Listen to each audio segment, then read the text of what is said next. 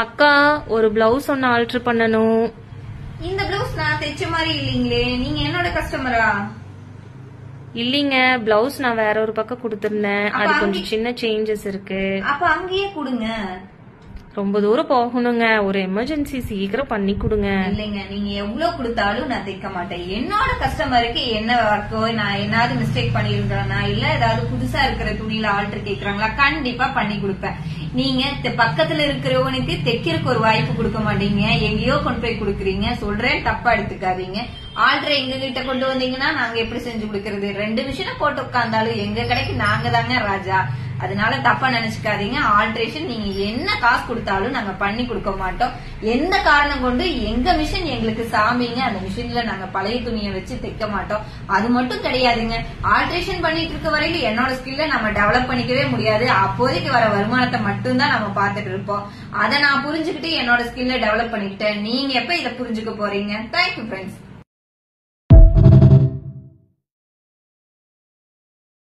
இப்ப ஒரு வீடியோ பாத்தீங்க இல்லையா, அந்த வீடியோல நான் என்ன சொல்லியிருப்பேன், ஆல்ட்ரேஷன் வேற கடையில பண்ணிட்டு வந்தீங்க அப்படிங்கும் போது நாங்க பண்ணி கொடுக்க மாட்டோம் அப்படின்னு சொன்னேன். இதுல நிறைய பேர் கேட்டிருக்கீங்க, உங்க வேலையே டெய்லர் வேலை தானே, ஆல்ட்ரேஷன் பண்ணி கொடுத்தா என்ன, அதுல என்ன தப்பு இருக்கு அப்படின்னு சொல்லிட்டு நான் தெரியாம தான் கேக்குறேன். நீங்க ஒரு பொருளை போய் டிமார்ட்ல வாங்குறீங்க, அதை கொண்டு அண்ணாச்சி கடையில கொடுத்து மாத்தி கொடுங்க அண்ணாச்சின்னா அவங்க மாத்தி கொடுப்பாங்களா?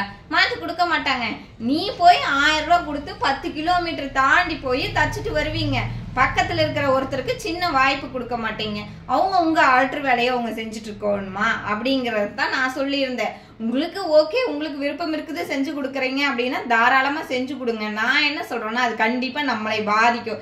ஏன்னா அவங்க அடுத்த டைமும் 4 ஆல்டரை தான் தூக்கிட்டு வருவாங்க. தூக்கிட்டு வரும்போது உங்களுக்கு ஒரு கஸ்டமர் இருப்பாங்க, நீங்க ஆல்டர் பண்றத பார்த்தா அவங்க ஆல்டர் கடை அப்படிங்கிற மாதிரி இருக்கும். அப்படிங்கிறதுக்காக தான் அந்த விஷயத்த நான் உங்களுக்கு பண்ணி கொடுக்க வேண்டாம் அப்படின்னு சொன்னேன். அதே மாதிரி பழைய துணி இல்லாதவங்க எல்லாம் எப்படி தைப்பாங்க? பழைய துணியை நீங்க வேண்டான்னு சொல்லலாமா? எந்த வேலையா இருந்தா என்ன, தைச்சா என்ன அப்படின்னா, மிஷின்ங்கிறது நம்மளுக்கு அதுதாங்க சாப்பாடு போடுற மாதிரி. நம்மளோட தொழில், நம்மளோட கடவுள் மாதிரி. ஒரு சிலரெல்லாம் பாத்தீங்கன்னா அந்த துணியில அவ்வளோ ஒரு ஸ்மெல் வரும், நெஞ்சு போய் கிழிஞ்சு கிடக்கும்.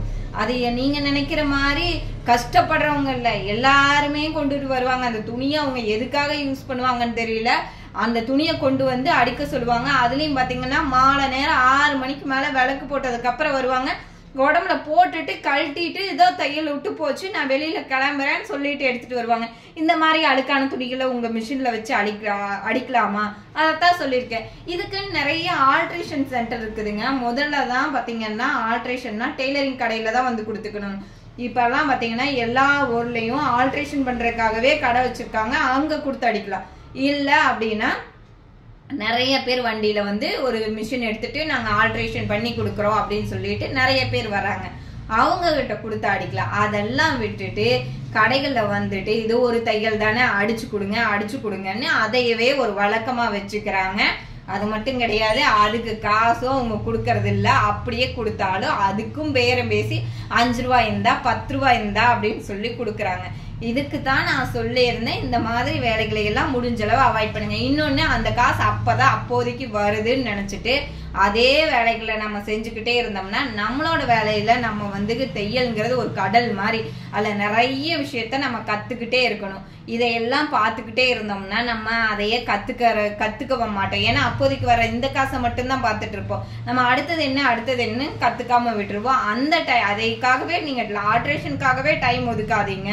நீங்க நிறைய விஷயத்த கத்துக்கணும் அப்படின்னா ஆல்ட்ரேஷனை முடிஞ்ச அளவு அவாய்ட் பண்ணணும். ஏன்னா ஒரு பிளவுஸ் எடுத்தீங்கன்னா அதுல என்னென்ன மிஸ்டேக் பண்ணிருக்கோம், என்னென்ன மாதிரி கொண்டு வரலாம், அதுல என்னென்ன மாதிரி பேட்டர்ன் கொண்டு வரலாம், அப்படி நம்ம அதுக்கான டைமை ஒதுக்கி யோசிக்கணும். ஆல்ட்ரேஷன் வருது, உடனே காசு வருதுன்னு நம்ம அதையவே ஒரு வேலையா வச்சு செஞ்சுட்டே இருந்தோம்னா நம்ம அடுத்த ஸ்டேஜுக்கு போக முடியாது. அப்படிங்கறது தான் நான் சொல்லியிருப்பேன். ஆனா சிலர் புரியாம இதுல நிறைய நெகட்டிவ் கமெண்ட்ஸ் பண்ணிருக்கீங்க. இது இதுல நீங்க நிறைய டெய்லர்ஸ் தான் கமெண்ட் பண்ணிருக்கீங்க. நான் இதுல தப்பான விஷயங்கள் சொல்ல, இது எல்லாம் நானும் ஆல்ட்ரேஷன் பண்ணனதே இல்லைன்னு சொல்லல, நானும் நிறைய பண்ணிருக்கேன். பண்ணனதுனால இந்த பிரச்சனையெல்லாம் வந்ததுனால அதை கத்துக்கிட்டதுக்கு அப்புறம் தான் இதையெல்லாம் முடிஞ்ச அளவு அவாய்ட் பண்ணிருக்கேன். நான் ஒரு தப்பு பண்ணிருக்கேன், நான் தான் அந்த துணி தைச்சேன், அதுல ஒரு ஆல்டர் வருதுன்னா நான் தான் பண்ணி கொடுக்கணும். நீ எங்கேயோ கொண்டு போய் 1000 கணக்குல கொடுத்து துணி தைக்கிறீங்க, எங்கிட்ட கொடுத்துட்டு இதை உடனே வேணும் அப்படிங்கும்போது நான் அதுக்கு உடனே பண்ணி கொடுக்கணுங்கிறது இல்லையா, நீங்க எந்த கடையில தைச்சிங்கன்னா அங்கேயே கொண்டு போய் கொடுங்க. சரி, எப்பாவது அந்த மாதிரி வரவங்க கார்ல வந்து ஆல்ட்ரேஷன் பண்ணி கொடுக்க சொல்லுவாங்க. எப்பாவது ஒரு பிளவுஸ் உங்ககிட்ட கொடுத்துருக்காங்க? இல்ல இதுக்காக தாங்க சொன்னேன். இந்த மாதிரி எல்லாம் முடிஞ்ச அளவு அவாய்ட் பண்ணிக்கோங்க.